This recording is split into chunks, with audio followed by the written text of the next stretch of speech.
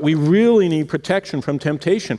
Now remember, God sends trials, not temptations. God never sends temptations to us. He only sends neutral trials. And that neutral trial, as it's leading us toward a point, we're supposed to see where it's going and say, God, I don't want that trial to lead me to a temptation to sin. Deliver me. And we run to Him. Now back to James, and let's go from Matthew toward the back of your Bible, the book of James, and look at chapter 1 with me. And as we're turning to James, that little 5-chapter epistle, and so this is what James says, and we saw this last week. Trials, which God is the author of. God sends trials our way.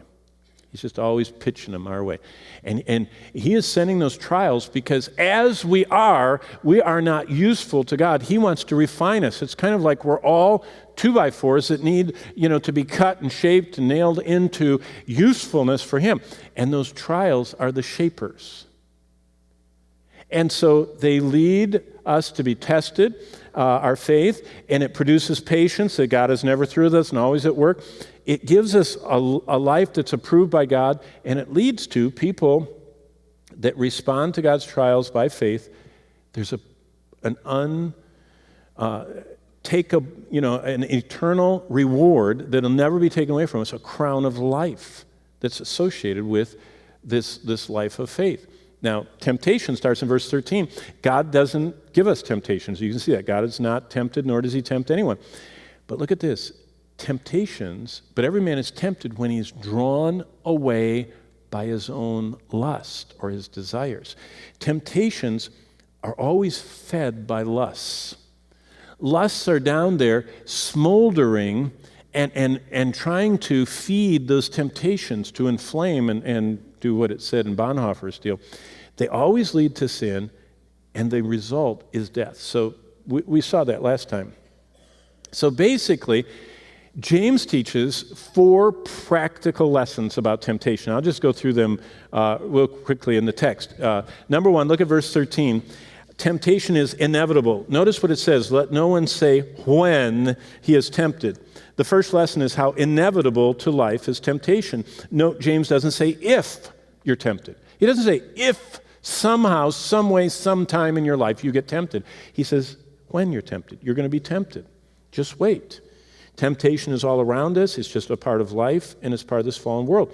But look at the second half of verse 13.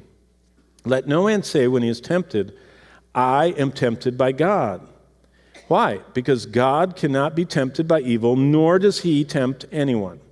God's immutable. He doesn't change. Temptation is inevitable. You cannot avoid it. It's just part of life. God never sends temptation. Never blame it on Him. He doesn't author temptations. He is not temptable. He is immutable, changeless, and He doesn't tempt us. Our flesh, our lusts, the world, the devil, not God. Thirdly, lust is avoidable. Notice what it says in verse 14. But each one is tempted when he is drawn away by his own desires and enticed. You and I choose to be drawn away by our lusts. You see, in 1 Corinthians 13, or chapter 10, we're going to see that temptation is always pursuing us. It's always chasing after us. And we slow down and allow it to overtake us. And we allow it into our life. And that's what lust is avoidable. This temptation when we're drawn away by our own desires and enticed. It's the key. Temptation is spurred on by lust. And lust can either be fed or starved. That's what the epistles are about. Ephesians 4, Colossians 3, Romans 6, all those passages, and Titus 2, all say we can say no, deny, mortify, and starve our lusts. Lust of the flesh, lust of the eyes, pride of life. Or we can feed them. You see, lusts are reptilian. You know what that means? They get bigger. The more you feed them, the more you exercise them, they just grow. They're like dinosaurs. And you meet some people, I meet some people, we all know some people that are very elderly and are surrounded by these gigantic dinosaur sins that have just gotten bigger and bigger and bigger their whole life. And God says, that's a choice. You're keeping and feeding and exercising those lusts. No, lust is avoidable. Verse 15, why? Because sin is horrible. Then, look what it says in verse 15 of James 1. Then when lust or desire has conceived, by the way, the word is epithumia. Thumos speaks of strong passions. Epi means really strong. Lust is extra strong desires for the flesh, for your eyes, for the lust of the eyes, or for pride, for self-promotion. But everyone, when desire is conceived, or lust, or epithumia, it gives birth to sin.